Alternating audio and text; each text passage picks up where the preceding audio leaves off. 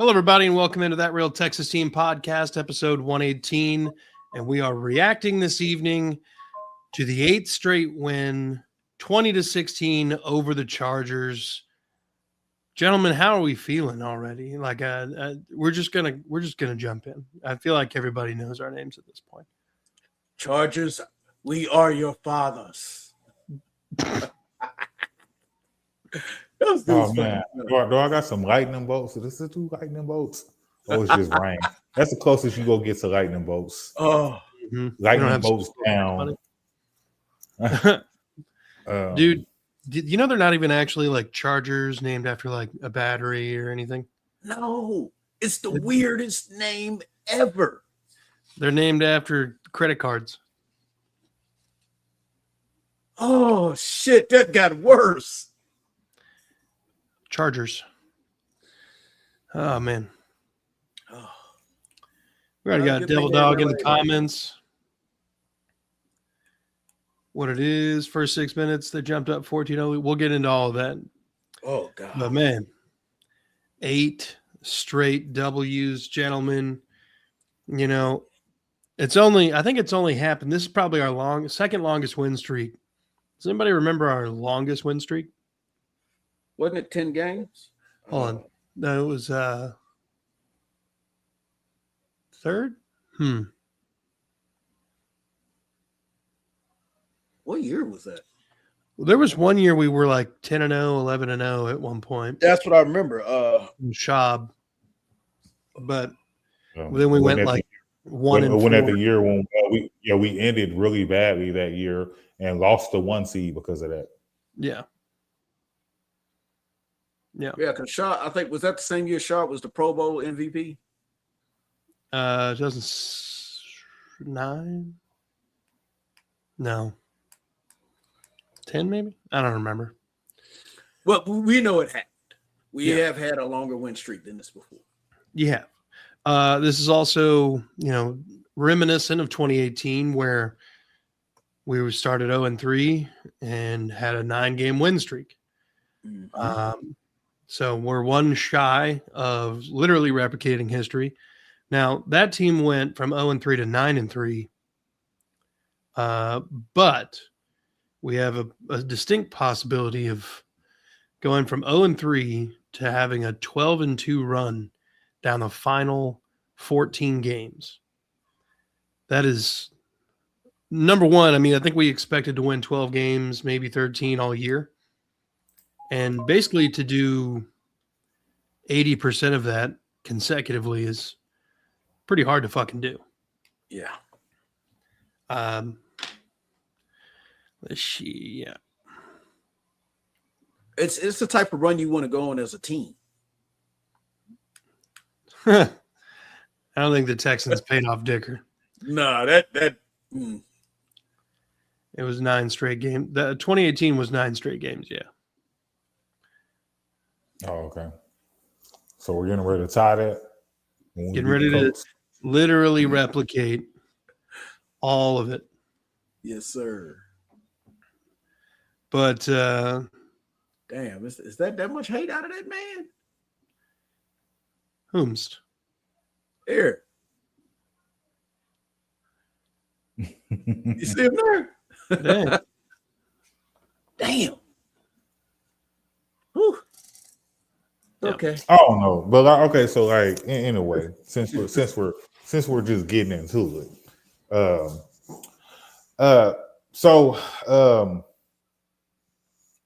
injuries.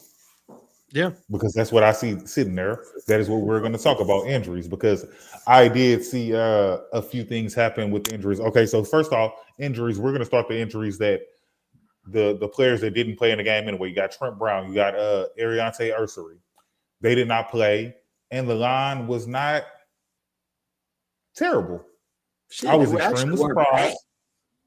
Yeah, like I just and I have to say they weren't terrible. I don't want to say they were good, because if I say they were good, they're gonna be good and terrible next game.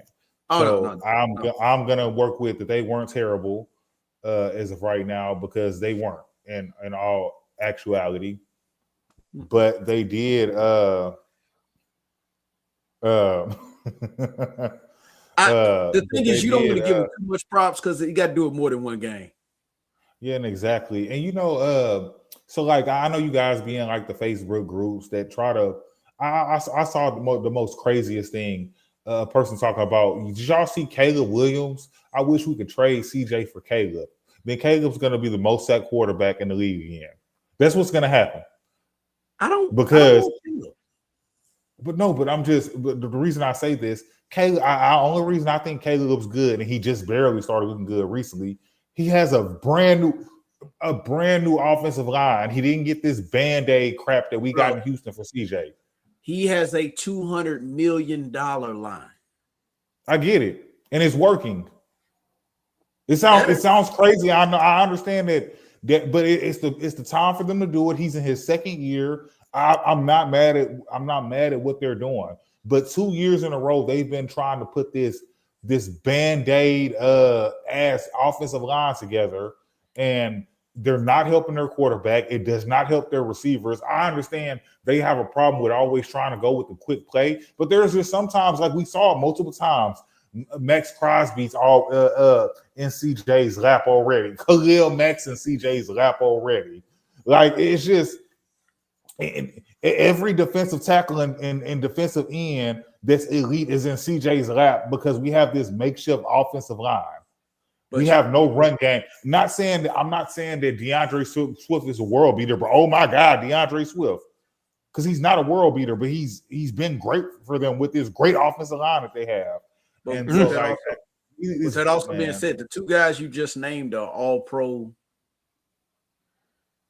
like level. If Khalil Mack's Hall of Fame level, Max Crosby's got to be sneaking right up on it himself. You're naming.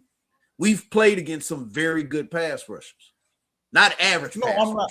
Yeah, no, and I'm not saying, but I'm not saying it like that. I get that also, but the thing about it is, like people used to always say, Laramie Tunsil at least kept Myles Garrett in check.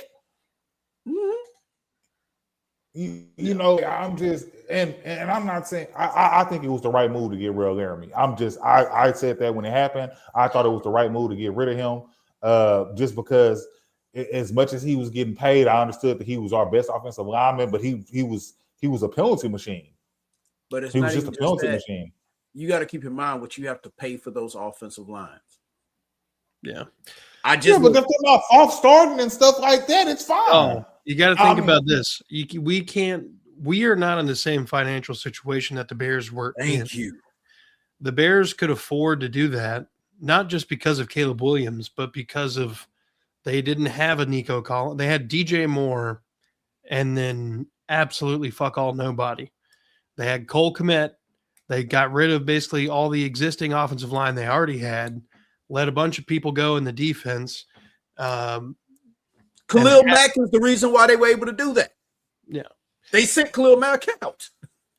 They had $200 million. We spent the money on our defense. That's why our defense is so good. Well, no, I get that, and that's I understand that that's what they did. They literally put they literally put all the money in the defense, which I'm not mad about, but also at the same time, their attempts they literally you went and got an offensive coordinator who ain't never for real called. What was he, a quarterbacks coach before? Whatever. I don't know. He was a tight ends coach. But that God, even worse. Chris, as much as we all hate it, that's how you find the next offensive coordinator. You got to experiment with some younger guys. Picking the old guys, look where they got the Raiders. Well, look, we got some comments to get to, gentlemen. Brandon says, put some respect on our best offensive lineman, Blake Fisher's name. Oh, fuck. We thought we were going to draft offensive linemen in the draft, and then they went skill position players more. Yeah. Ursario was, I think, the only one they drafted, right? Yeah, last year for sure. But, I mean, in total, Juice, Patterson, Fisher, Ursary, a couple other guys are probably Ladarius Henderson, who's been on the practice squad. Did you bring that guy we traded yet? I just felt like there could have been a way that they could have at least been. Obviously, I'm not talking about getting into like the top 10, but like, where were we projected at before we traded down? 21. Is that where we were at? No, we were at 25. Yeah. Okay, so we're at 25. I'm saying if you can get anywhere to like 15 and 20, not overly aggressive, but aggressive enough to go get your guy. But they tried to wait and see if someone was going to fall. But no, that's the thing. They did. They did try. Casario even admitted that. He said, I was on the phone up until I picked, trying to trade up, and it didn't happen. So he traded down instead. Yeah. And to be completely honest with you, the trade down still doesn't look bad. No, I don't think there was anything wrong with the trade down because it doesn't look bad. We got a guy. Ursery came with that pick, right? Ursery and no, Ursery. Oh, that's the one for Higgins. So we traded that pick and got the Giants' second pick in the second round. Oh, and that's what we took for Higgins. That's what we got for Higgins. We traded from our original second round spot up to get Ursery because there was kind of a little bit of a run on offensive linemen at the time. They would disappear. And that's my thing. If we'd have stayed at 25, who would we have selected? What rookie offensive lineman has really been great? The only one that I think we would have taken would have been Simmons or Connerly or whatever his name was. And Connerly hasn't been awesome. He's been okay. Him and Ursery are damn near wash. And Simmons has been hurt all year. Yeah. All year. Been hurt basically all year. Yeah. So I mean, honestly, it looked like the right decision. Yeah. But I think wasn't Simmons hurt coming out of college though too? Yes. Didn't he get hurt? Yeah. I think that was the reason he was supposed to fail anyway. My bad. But seriously, how was Blake Fisher our best offensive lineman versus the Chargers? He was. By PFF grade, he was the best offensive lineman we had, which is wild. All the shit we've been talking about Blake Fisher all year goes out there and has a phenomenal game. Well, no pressures allowed. Well, you did say, Curtis, he finally got to play his natural position. Yeah. Yeah. Now, okay, so what if they all right, Ursery, sit down one more game and heal up for the playoffs? That's probably gonna happen regardless. I understand that. It's just my thing about it is I feel like that they are going to roll out with these starters just because you have the chance of Jacksonville losing. Mm-hmm. Well, no, it's not about that. With what they got from Blake last game, it makes sense to start him another game and rest the guy that's hurt. It makes sense to do that. And that's putting Blake Fisher in the mindset of he's a starter. They're not fitting. Nobody's going to rest this game just to rest this game. Right. Ursery's going to rest this game because he had surgery. Here's the fun part about this game. He's not Justin Herbert. Well, here's the best part. There's no Phillip Rivers in this game. It's already been announced. Riley Leonard will be the starter for the Colts. Oh. So we have a rookie quarterback versus this defense in week 18. Now, we're not trying to get into a preview or anything, but that does change things a little bit. Mm-hmm. So that changed things a lot of bit to me. Yeah. So, I mean, like not I wasn't scared of Phillip Rivers, but I was more content that Phillip Rivers would play a tougher game than a Riley Leonard. It's not trying to talk down on him or anything. Like, and I mean, and this is saying that watching Phillip Rivers look like his arm is going to fall off trying to throw this ball because that's literally I don't like it looks crazy. Bro, he had did somebody say he's shot putting? Yeah. Look, we got some more comments to get to, then we'll get to the next subject. Brandon, and the Chiefs don't mind trading Thuney to the Bears. No chance they would trade Thuney to us to beat them with. Casario didn't just let me see if I can. Casario didn't just build an O-line. He built an O-line he could toss out in 6 months. Yeah. This is what he's been doing since he got here. Yeah. Who was Casario trying to trade up for? LT from UT, Booker, Gray Zabel, Donovan Jackson. I think it would have probably been Booker. Yeah, I think it was Booker. I think Booker was supposed to go later, and he ended up going to Dallas, if I'm not mistaken. Yeah, had a pretty solid rookie year. But then we never would have figured out anything about Ed Ingram. You know what I mean? Banks was the name I was thinking of. Yeah, Banks would have been the guy from Texas. Shit, what has he done all year? I don't even remember hearing about him. Well, nobody gives a shit about the Saints except for now that Tyler Shuck is like exploding statistically. Fisher still has 2 more years on his rookie contract. Facts. Some linemen are much better 3rd and 4th year in the league.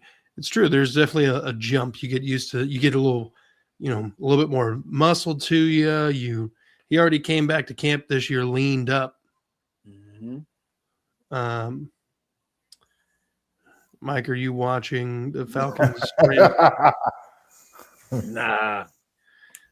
You can have Walker Little. Nah, we don't really need him. Nah, I'm good, bro. I mean, he's a decent 4th tackle or something. Getting Fisher on the field with a 6-man O-line helped his confidence a lot. Dude, I think it literally helped basically rebuild everything about his football identity. No tape on the rookie, though. More mobility.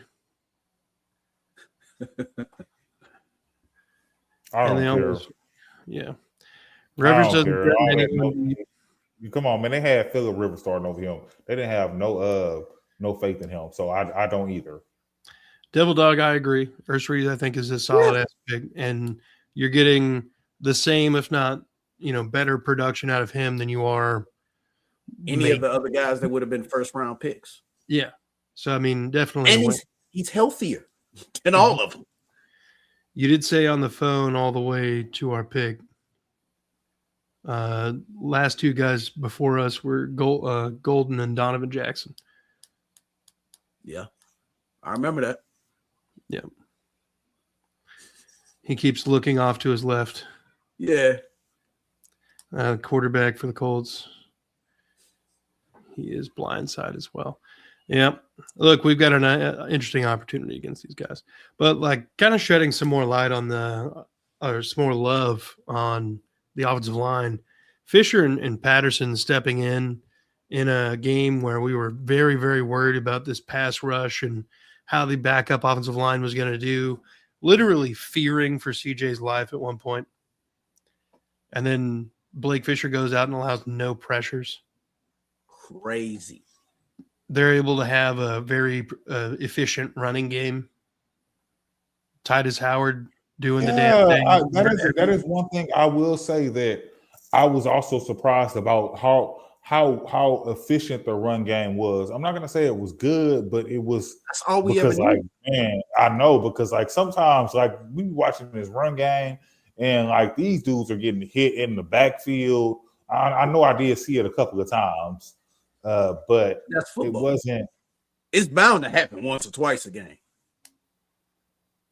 But yeah, I mean, just the night and day differences of the offensive lines in this game. You did see Austin Deculus, although he didn't start. They started Bobby Hart over him for the Chargers. Didn't work out well either. Deculus ended up in the game because Bobby was getting absolutely murdered, including 2 sacks in a row by Derek Barnett. Yeah, that was crazy. I mean, just 2 straight absolute dominated plays. And not just no pressures against 13 sack Tuipulotu, Khalil Mack, and Adafe Owe. Yeah. It was an amazing game. It was an amazing game. But it was good. I don't know what else to really put behind it. I didn't to a point to where I don't know if it was the play calling or the plans going around. We didn't even see Dare run the ball. Yeah. And we normally see Dare in the game and we like, why? Yeah, but I think they used the two young running backs. I think that's so. Jordan. He showed him something, and I had no problem with him coming in and running the ball the way he did. I thought he did. I thought he was efficient. I didn't need him. I mean, it would have been nice to see him break one.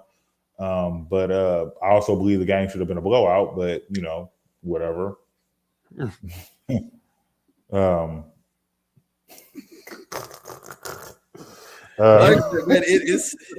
it's different, man. It's special. It was a good game. I think just the fact that the running game was able to keep them honest. They never got to the point to where they knew for a fact we were throwing the ball. At no point throughout the game was there ever, oh yeah, they're definitely throwing it. They had to be honest because you knew for a fact Woody did it multiple times. Oh, we need 7 yards to get a first. He get 8. He been it all year long like that. And then you put it like what Woody does, but then when you put in that other guy who has a little bit more speed, it got dangerous.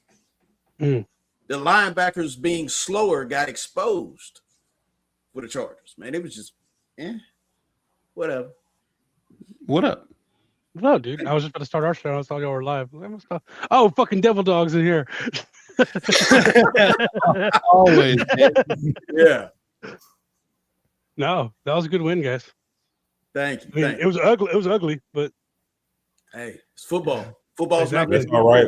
Y'all gonna have y'all a good win next week. We got y'all, dog. We'll take care of y'all. For y'all. Oh man.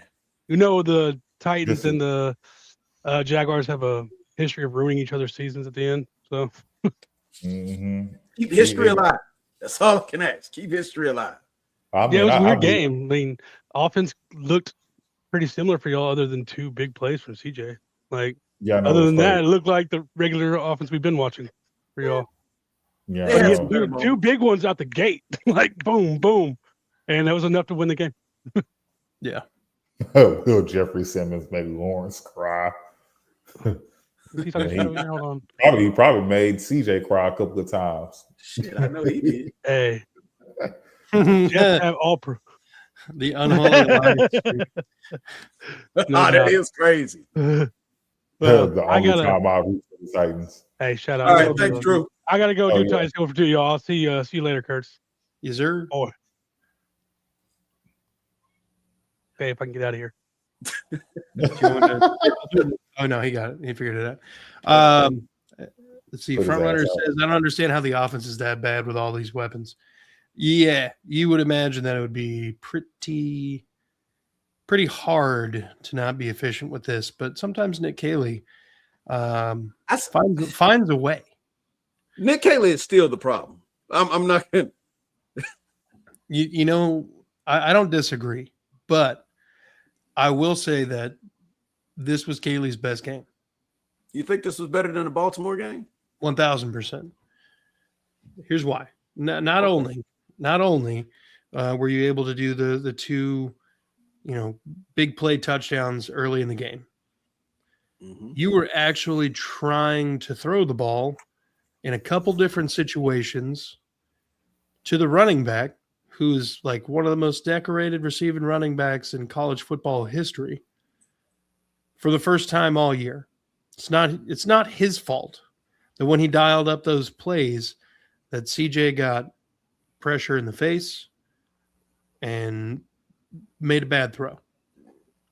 He can't throw the ball for CJ. There were a couple situational runs, couple passes here and there that got them into good third and manageables, and then the Dalton Schultz personal foul, which went from 3rd and 2 to 3rd and 17. You can't blame Caley for that. Yeah, and I'm not mad at Dalton for that, even especially after watching the replay. I'm not mad at him because, like, the thing about it is, who was that? Was that Tart? I think it was fucking Tart. Yeah. He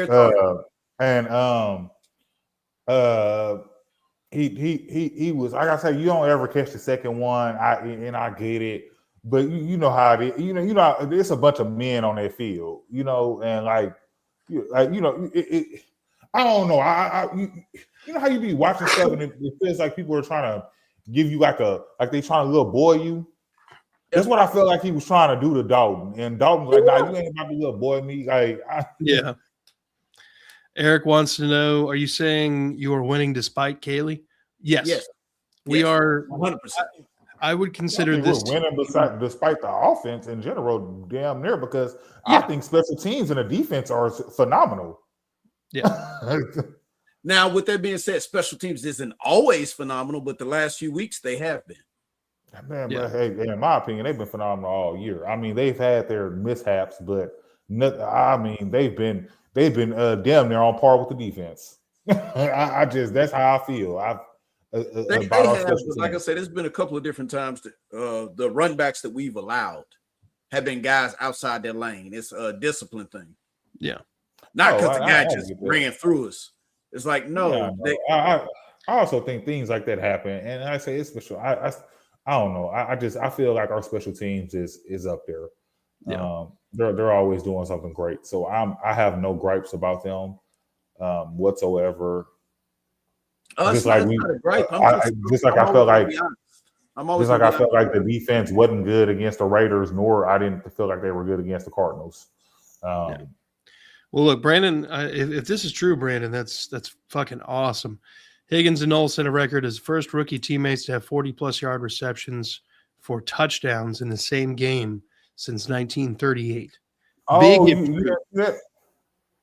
No, I didn't know. That's cool as fuck. That's cool. Okay. That's real cool. Oh, yeah, man, I ain't gonna lie. They talked about that like the whole broadcast. See, I was at a family gathering, and I was doing my best, but the volume wasn't on for a good portion. I was doing a lot of screaming my damn self, so I couldn't just hear over myself.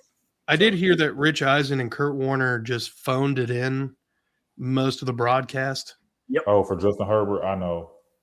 No, well, I mean they were riding Herbert, but they were like Rich Eisen called Blake Fisher, Jarrett Kingston, and then there were several different instances where they were talking about things that, like, there was which Kingston did. I did see Kingston come out there. He was the sixth lineman. That makes sense. He played Blake Fisher's job. Yeah, but they were, like I said it when we were texting, they were completely wrong with the starters. Oh yeah, because I was looking at it and I'm like, they had the when they put the thing up there, it was all off. It had all the wrong. It was telling all the wrong positions. And they had guys who weren't even on the field. Yeah, it was crazy because I'm like, am I not looking at? I don't know who it was, but I'm like, I know I'm looking at this man, and his name is not even here. Yeah. It was ridiculous. Let me ask you this: it's 14-0 early in the second quarter. What were your thoughts? That we should be blowing them out. But my thoughts were also they're about to come back and it's going to be a close game for no reason. Yeah, well, I mean, definitely your second thought there definitely came to fruition. My first thought was that shit's been there all goddamn year long. Yeah, he had great protection both times. It was incredible. Noel was in there playing instead of Christian Kirk. He scored a touchdown.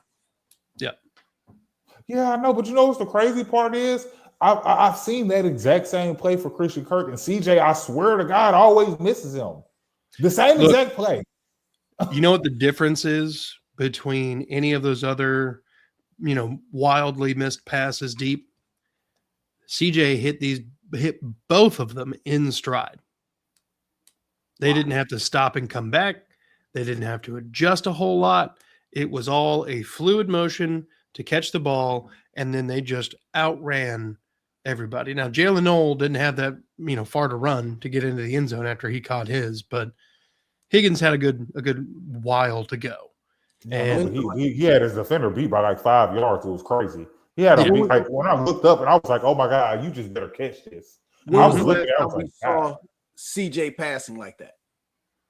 Who was it? Tank Dale. Yep. Now, when all that started happening at 14-0, my first thought was, Now, just imagine what this offense is going to look like next year when Tank is back. Thank you. Because Kirk is a poor man's fucking Tank Dell. The poorest of poor men. Like he's the food stamp equivalent of fucking Tank Dell. Tank will be back next year. The thing you have to ask yourself is who won't be other than Christian Kirk? Who won't be? Who won't be back? Whose playing time is going to get cut even more? Watson, Hutchinson, I think is he in his third or fourth year? He's going to be in his third. He came a year before CJ, right? Or did he come with CJ? Yeah, he was drafted the same year Mechie was. So this is year. Oh, okay, the year before. Okay, 22. This is year four for him right now. Yeah, this is his last year. So Hutch is probably gone. Yeah, because he wasn't a first round pick, so he ain't got no 50-year option. Right. No, but you don't think the Texans pay him to stay around? It's possible. I mean, you're like Brandon just mentioned, Berrios is also on a 1-year deal. He's gone. You're losing. You're losing some guys. But if your starting 4 wide receivers next year are Nico Collins, Tank Dell, Jaden Higgins, and Jalen Knoll, keeping another 2 wide receivers, you're probably looking at Hutch and your pick of the litter at that point. I mean, in my opinion, I don't see Hutch going anywhere. Yeah. I've always liked Hutch. I always feel like I feel like Hutch does what they ask him to do. He comes in, he blocks, he doesn't complain, and he catches the ball when they throw it to him. That's why I say Hutch should be brought back. Yeah. Because somebody's not going to overpay for what they've seen for Hutch. In situations like that, when the entire team likes you, they're going to pay you better than what somebody else that doesn't know what you can do. Yeah. Devil Dog wants to know, do you think Tank will make it back for the playoffs? No, I don't think so. He'll be there on the sidelines to watch. Yeah, I don't think he makes it to the. Yeah, the man broke all the tore all the ligaments in the knee possible. And dislocated the shit himself. So I mean, he had probably about as bad a knee injury as you could possibly get. Yeah, that entire 2022 class, with the exception of Stingley, is gone, if I'm not mistaken. Or will be gone. Oh, yeah. Stingley and yeah. TQ, Thomas Booker. I thought Thomas Booker was the last year of Bill O'Brien, but you might be right. Thomas Booker was drafted by O'Brien. Okay. Mechie's gone. Pierce is gone. Harris is in his 4th year. And I don't think they're going to extend him because he's not really done anything. Not for that price. Not for the price of his rookie extension. We kind of talked about it a little bit already, but this was probably the healthiest running back rotation we've seen. Somebody mentioned that Chubb only had 1 carry. I'm okay with that. I don't give a shit. Yeah. We're paying Chubb a league, like a veteran minimum, to be on this team. Kind of the same thing we're doing with Trent Brown. His deal's not crazy. If your best 3 running backs are in order, Woody Marks, Jaws, and then Chubb, we're pretty good. Then you play them in that order. I don't care if they never have pause. I did not like that. I ain't like none of that.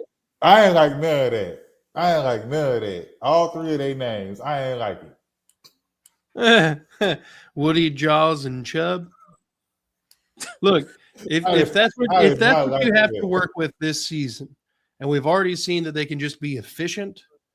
We don't necessarily have to have like world beater at running back, as long as we can get the necessary yards when we need them. And that's what Woody's good at. Jaws is pretty good about, making some electric plays periodically and making a person or 2 miss. And then Nick Chubb is, he's going to come in and try to hit you in the fucking mouth. Yeah. That's what you expect. You want your power back to be able to do that. Yeah. And you had already mentioned it. There was no Dare Gumbawale sightings. That's a pretty healthy running back rotation, if you ask me. Yep. Howdy, man. Yeah, I'm not mad about it. It's the crazy part. If both Woody and Jaws wasn't so small, pause. Just that did not sound right. You can't just let it slide, man. Nobody thought it till you said it. It just didn't sound right when I said it. Regardless of the fact, they're not big running backs, and I feel like you would want like a good example. You got like what Detroit has with. You got Jahmyr Gibbs, and Jahmyr Gibbs isn't really small. He just happens to be really fast. But you got Jahmyr Gibbs and you got David Montgomery. I think that is a good, man.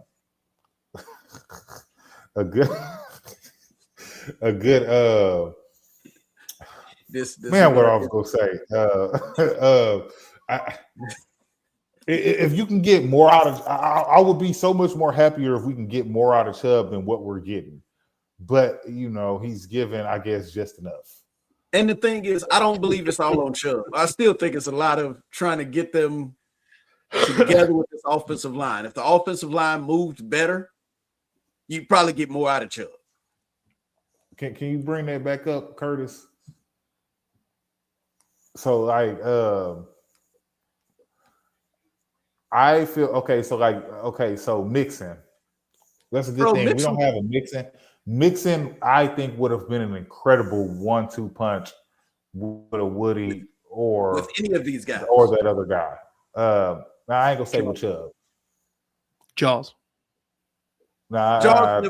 If Mixon would have been healthy, Jaws never would have played. We'd have never figured out that he could actually play football.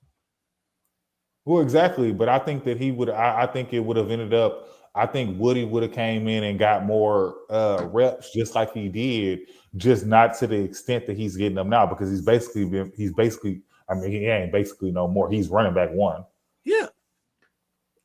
I mean, we went like with half the season with Nick Chubb being running back one to try to replace the Joe Mixon effect, which I don't think he's. I think he's. I'm gonna say it just like I've been saying it all year. Nick Chubb has been serviceable, maybe. Yeah, serviceable at times. I mean, but sometimes that offensive line has been the detriment to us all. Mellow Mike says Marks runs with tremendous contact balance, always falls forward for positive yards. With a better line, Marks is Kyron Williams in Houston. Not explosive, just consistent yards. Yeah. I can see that. Yeah. And the thing about it is I could definitely see that because Woody runs bigger than he is. Mm-hmm. Oh, yeah. So, the interceptions here, this is kind of where I lean into the idea that, maybe Kaylee wasn't the problem this week because they were trying to be aggressive at the end of the first half after they just picked off Justin Herbert in the red zone. They get a decent run play from Woody Marks, but Ed Ingram gets hurt, so they have to call the timeout. The very next play, they come out, they get pressured. CJ throws the ball and it's tipped, and Derwin James catches it off the deflection. I don't. That was the first pick. I thought the first pick. I thought that was the second pick. No, that was the first pick. The second pick was the one. I can't remember who picked it off, but the second pick was. I don't know. The corner was in front of the wide receiver, and he threw the ball like he wasn't even there. Yeah, he stared him down. It was easy. Because I think on that one he was targeting Kirk, the second one, but this one was. My bad. I thought that first interception happened before the Herbert interception. That's why I was asking. No, that first pass, I think he's going. There's at the top. If you watch that play over again, Jaden Higgins is doing like a 10-yard out, and he had just hit the cut, and when Stroud was releasing it. If that ball doesn't get tipped either by the defensive lineman or Derwin James, who would have been in line to, do something about it, that's probably a first down. Oh no, I agree. Perfect. The timing I thought the timing, and I still believe that it would have at least been tipped by Derwin James, had it not been tipped by Tart. Just because the way I just didn't think CJ put enough air under the ball. I knew it had to have been more of like a line drive, but it wasn't enough air because you got to get it over Derwin James. Yeah. You understand what I'm saying? And I don't feel like he was going to get that. It just didn't look like I feel like it was too low for whenever T.R. Tart went to hit it. So I don't know. I mean, look, there was a lot of issues. I mean, that's a CJ issue. That's an offensive line issue. Offensive line is supposed to keep the defensive lineman's hands down if they can do that. And then CJ is supposed to put the ball in a better spot, away from danger. He didn't do that. That's not Kaylee's fault. Mm-hmm. Then you look at the second interception where CJ's staring down Christian Kirk. There are literal open receivers just to the left. He doesn't see those guys at all. Throws it to Kirk. Interception. Again, not Nick Kaylee's fault. We had talked before we came on that he was actually that Kaylee was actually even involving Woody Marks in the passing game. There were tons of incidents where it just the ball was underthrown or CJ was under immense pressure and couldn't deliver an accurate ball. Not Kaylee's fault. But on to the defense, who, as per usual, is the star of the performance by the Houston Texans. Let's see. That's my defense. Strategy's used to throwing to navy blue jerseys. There might be some truth to that. Yeah. The tip pass was on Jaws Jordan. Chargers run a TE stunt, and him and Ingram don't communicate. Jordan goes outside for the safety, who was in disguise, and drop. The James INT was an option route to Schultz. Bad read by CJ for sure. I don't even know why we put Kirk out there. Wasted reps. We saw what Noel did. You're absolutely correct. I don't know why either. I think it's because occasionally CJ can find him and make him productive, but for the most part. And the thing is, if I've been watching them a lot because I like these Iowa State receivers, all of them. But Christian Kirk is our best route runner on the team. Route wise, he's the best route runner on the team, and that's including Nico.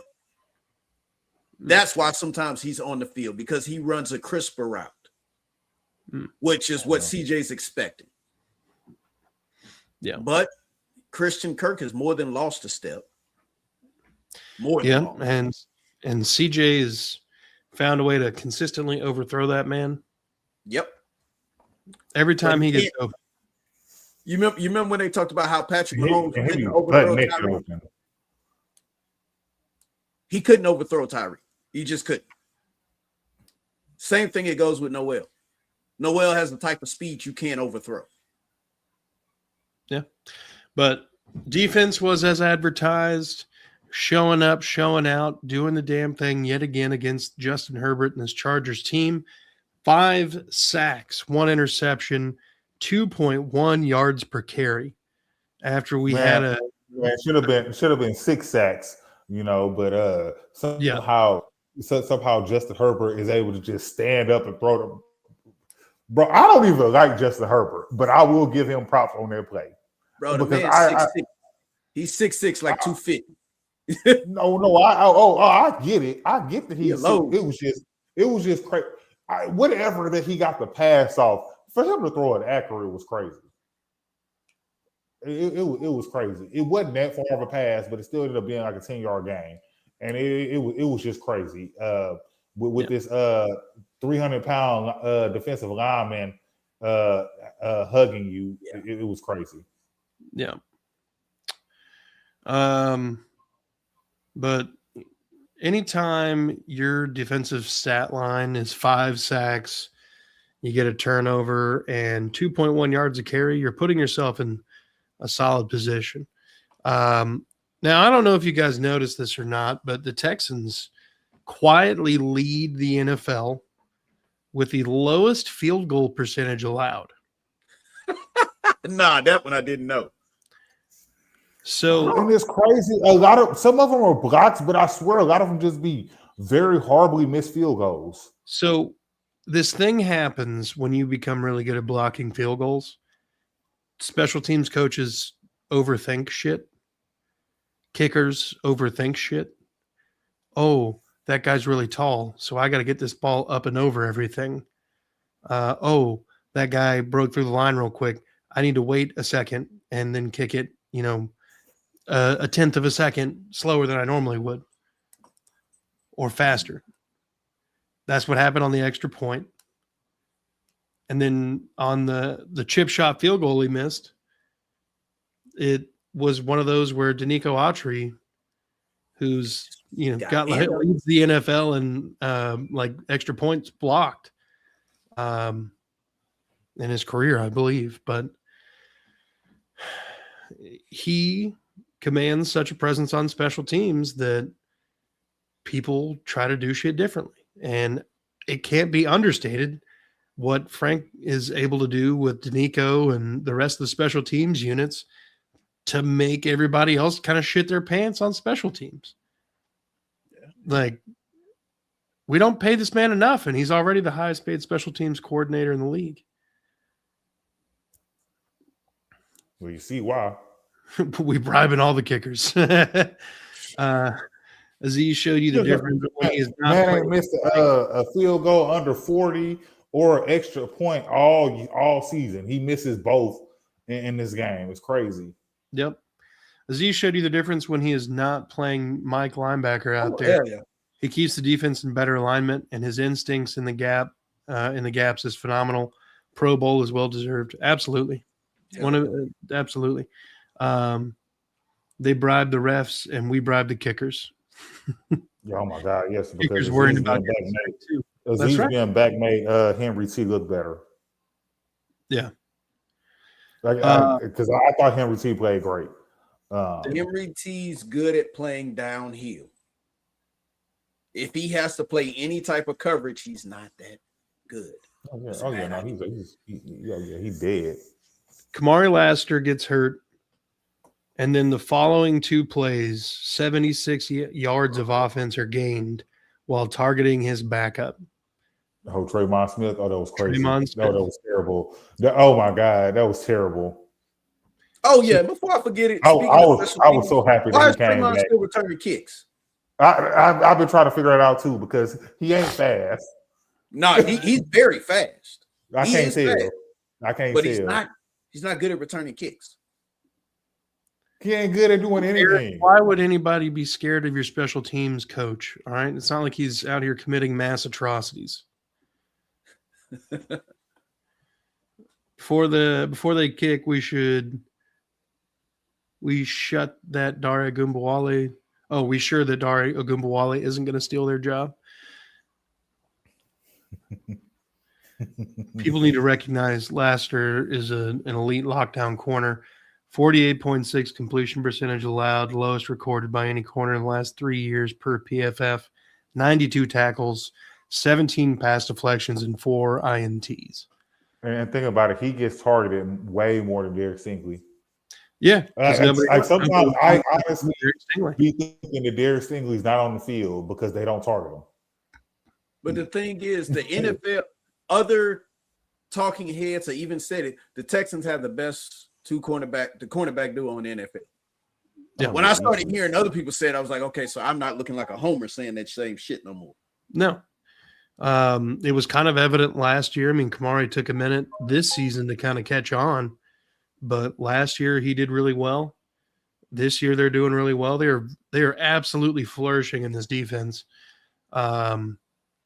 If they can get Jalen Smith as their, consistent third corner, and, you still bring in Petrie at the nickel spot for a while, and you get yourself a, maybe Jalen Reed can fill that other safety spot in the long term, but if not, you might have to get another one there. And then the secondary is unstoppable. Before I forget to be said, do you know who our highest ranked defensive player was? Do not say Miles. Was it Wallace? Yep. Kayvon Wallace was the highest ranked defensive player. He did look very good. You are right. He was all over the damn field. Mm-hmm. Now think about this. last year allows less than half your passes to be completed opposite Sting. Has this 27th most tackles despite not allowing completions. Because he hits running backs. He does. Then you hear all the homers say, guys, it's Quinion Mitchell and Cooper DeJean. Oh no. Oh no. Our defense is like our defense is Thanos, baby. Isn't he a safety though? Who? Cooper DeJean. No, he's slot corner. No, he's an outside corner. Cooper's the slot corner. He has to be a slot corner because they have a Dory Jackson out there playing outside, opposite of Quinion Mitchell. Okay, all right, I'll be wrong. I'm sorry. No, but that's why I thought that. That's why I was thinking Cooper DeJean it was a damn safety because with him being a slot corner, I mean it makes sense. I understand now. Why does it make sense? Because he's Caucasian? Oh, damn. I'm just playing. He be John Lynching. He be John Lynching out there. Hey, John Lynch. Yeah, John Lynch. Maybe he just airball. My bad. I'm watching the Rockets game. Stop. That Wallace kid made Miles Bryant an afterthought, and Lecky Fotu was good too. Yeah, Lecky Fotu was one hell of a practice squad addition this week. Oh yeah, he was all right too. He's probably. I felt like with all our injuries, the people that stepped in, you didn't realize that we had any injuries. If that makes sense. I mean, except for when Trayvon Smith came in. Because I swear I agree with Mike. I was just looking at that, and I know I was texting you guys like, "Oh my God, he is just horrible, just ridiculously terrible." And oh man. Did you see the elephant in the room? The elephant in the room? Yeah. Who, Fadakasi? He ain't play, right? Bro, they gave Fodokasi's number to somebody else. He ain't playing no more. No, he's done for the year. Bro, okay, I knew I wasn't tripping. Yeah. That's why I made the mistake of thinking that was Fodokasi out there. They gave it to somebody else. It's Naquan Jones. Yep. I remembered seeing a vid about Lecky Fotu when he was still a Raider. Yeah, and look, he's a very strong player. I think he's also of the Samoan descent. Yeah. I think an Oos. But he doesn't even have a normal Samoan build. He's actually a long defensive tackle. Yeah. That's all right. Tua don't got a Samoan build either. That's why he stay hurt with concussions. Nah, what kills Tua, I still say, is the fact that he's a left-handed quarterback. Oh yeah, that too. That's a struggle. I know, and it look. I don't know. I hate watching left-handed quarterbacks throw the ball. So nothing against left-handed people. It just looks weird. Looks like Phillip Rivers trying to throw the ball. Yeah. Look, gentlemen, I think it's a good spot to go ahead and wrap her up. Do we have any closing comments? Like I said, Kayvon Wallace, he didn't make us forget Miles Bryant, but Miles Bryant can now be what he's supposed to be. A reserve player. Yeah. He was starting at safety. Yeah, I know. I mean, but who else did we have? It's just, we didn't, but that's why Kayvon Wallace the game he had. Fotu and Togai, both Samoans, teach them Haku's Tongan death grip. 80s wrestling reference. Hell yeah, brother. Oh, you went that far back. I love it. But look, gentlemen, I appreciate you coming on, taking time to talk Texans ball. Brandon, Mellow Mike, Eric, Big DQ, You almost got me. I almost said it. Yeah, appreciate you guys in the comment section. Make sure if you're new here, you hit the like, subscribe button. Head on over to @Mastery Productions to follow Mike and support his channel. Head on over to @That's Crazy Podcast and Talk to support Chris and his podcast. If you just want to follow him on Instagram, it's Pacman_King Freestyle. And then if you're going to stick around on this AFC South show, we're going to be breaking down week 17 here in about 20-ish minutes. So stick around, check it out. Be good people. Hit the like, subscribe button. Go Texans. Fuck the Colts. Cowboys. Hey, if the Titans could get it done this weekend, I'll give up. I'll give up talking shit about them stealing our jerseys. They're gonna get it. I'll give it up. Done.